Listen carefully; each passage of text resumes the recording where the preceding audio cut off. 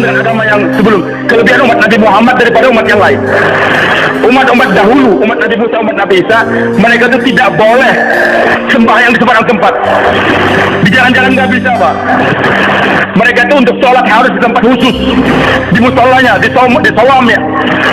Tapi untuk umat Nabi Muhammad, kata Rasulullah, Allah berikan kepadaku 5 kelebihan. Di antaranya, ju'ilat lil ardu masjidan wa tahuran. Bumi ini semua dijadikan untuk aku dan umatku ini masjid dan tempat sujud dan tahuran, tempat untuk bersuci. Bisa digunakan untuk bertayamum. Umat dahulu nggak ada tayamum, Pak. Tayamum hanya untuk umat Nabi Muhammad SAW. Maka untuk kita umat Nabi Muhammad di padang pasir silakan, di tengah sawah silakan. Suatu saat ini masih direhab semua, kita pindah sholat di tengah jalan boleh.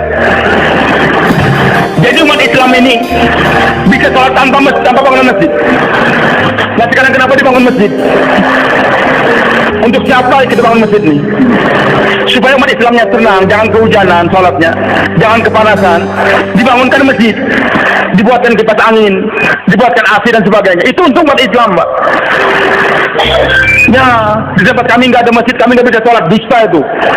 Anda sholat di halaman rumah bisa. Jadi jangan sampai nggak ada alasan masjid tidak ada kita tidak bisa sholat. Itu umat Nabi Isa, umat Nabi Musa, Pak. Kalau Anda ingin jadi umat Nabi Musa, umat Nabi Isa, silakan. Jangan sholat kalau nggak ada masjid. Madrasah dibuat. Kenapa? Untuk umat Islam, bukan untuk Islam, Pak. Saya bisa dengan santri saya 10 orang, saya ajarin dia di bawah pohon. Atau saya ajarin di rumah saya. Selesai kamu dah minat terserah di rumah kamu pulang. Atau kita ngajar di bawah pohon. Bisa. Kenapa dibuatkan pesantren? Supaya santri itu enak belajar, jangan kehujanan, jangan kepanasan, bisa baca lebih banyak ahli buku. Jadi dibangunkan pondok pesantren untuk umat Islam, Pak. Rumah sakit untuk siapa? Namanya rumah sakit Islam, sebenarnya tidak, rumah sakit Muslim, Pak. Yang namanya rumah sakit Islam itu ya apa? Gerak dakwah. Jadi rumah sakit dibangunkan untuk Islam atau untuk umat Islam? Hah? Tolong yang di belakang nih, rumah sakit Islam itu untuk Islam kan, untuk umat Islam kan? Dengan membantu umat Islam kita dapat pahala, Pak. Dengan membantu Islam akan datang nusrah daripada Allah. Jadi problemnya ada pada umat Islam sekarang nih, hadirin, karena umat Islam enggak membantu Islam. Maka solusinya bagaimana? Kembali ke Islam, membantu Islam, baru akan ada nusratullah. Umat Islam dibunuh, kita semuanya ingin berketangan dan sebagainya, kita membantu dia jangan sampai dibunuh. Silakan, bagus, Pak. Tapi kalau hanya membantu umat Islam jangan sampai dibunuh saja, Pak. Nanti umat Islam tempat lain akan dibunuh lagi juga. Musibah datang, musuh datang. Kenapa umat Islam tidak dijaga oleh umat Islam? Masjid-masjidnya kosong, Pak. Maka yang lebih penting bagaimana kita tanamkan Islam dalam diri mereka. Ajak mereka untuk dakwah, bangkit. Maulana Mustaqim Damat Barakatuh cerita sama saya. Sebelum tahun 67, keluar di Palestina, di Masjid Aqsa, masjid ketiga. Jauh-lah yang sholat subuh cuma beberapa orang. Israel sedikit, semua orang Arab waktu itu yang ada di sekitar Masjid Aqsa. Maka beliau katakan, wahai saudara imam, tolong ini masjid dijaga, dimakmurkan ini masjid. Kalau tidak nanti akan diambil orang. Imamnya ketawa aja. Ya, ini orang India mau dakwin orang Arab gimana sih? Ini masjid Allah nggak akan direbut orang. Rombongan pulang 67, Israel nyerang lagi. Sudah banyak dibunuh. Dan saya masih ingat waktu itu, umur saya 8 tahun. Semua kurun najilah. Ya Allah, hancurkan Israel ya Allah. Di mana-mana di utara diudarakan itu doa. Tapi sampai sekarang Israel nggak hancur-hancur juga, Pak. Kenapa?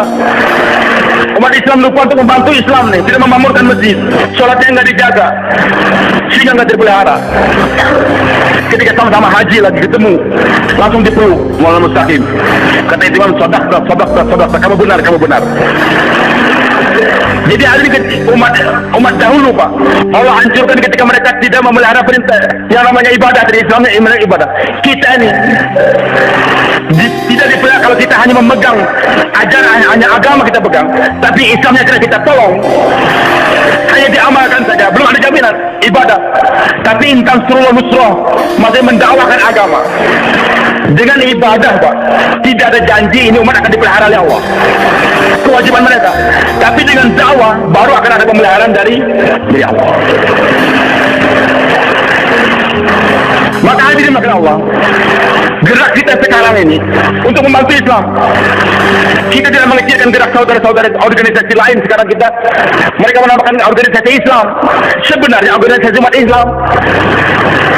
Organisasi hati kita tidak mengecilkan mereka, tidak, maaf. Untuk perbandingan saja saya katakan, organisasi sekarang ini organisasi untuk membantu umat Islam. Yang mereka perjuangkan umat Islam sekarang miskin, umat Islam tidak punya perumahan, maka dibuat partai ini. Dan yang diperjuangkan di DPR oleh partai Islam itu apa? Yang diperjuangkan oleh orang anggota-anggota DPR oleh partai Islam di DPR itu apa? Umat Islam. Kalau Islam betul-betul menang, sampai di satu provinsi, Pak, gubernurnya bisa Kristen, umat Islamnya Pak mayoritas. Kenapa? Karena calon Islamnya 3, gubernurnya Kristen 1 saja. Kalau dia berjuang untuk umat Islam, untuk Islam, yang 2 akan ngalah, kamu saya maju, Islam akan maju. Tapi karena ada kepentingan umat Islam masing-masing di bawah mereka, nggak bisa bersatu, Pak. Teman kita namanya Santoso tinggal di Jawa, Muslim dia, tapi Muslim Jawa. Di Banjarmasin namanya Ahmadi, Muslim Banjar. Di Sulawesi Muslim Bugis. Maka kalau kita berjuang membantu umat Islam saja, ada embel-embelnya, ini umat Islam dari Jawa, Muslim dari Bugis, umat Islam dari Kalimantan. Tapi kalau kita berjuang membantu Islam, ada bedanya enggak? Jadi umat Islamnya akan bersatu kalau sama-sama membantu Islam. Dan Nusratul akan datang kalau kita membantu apa? Islam.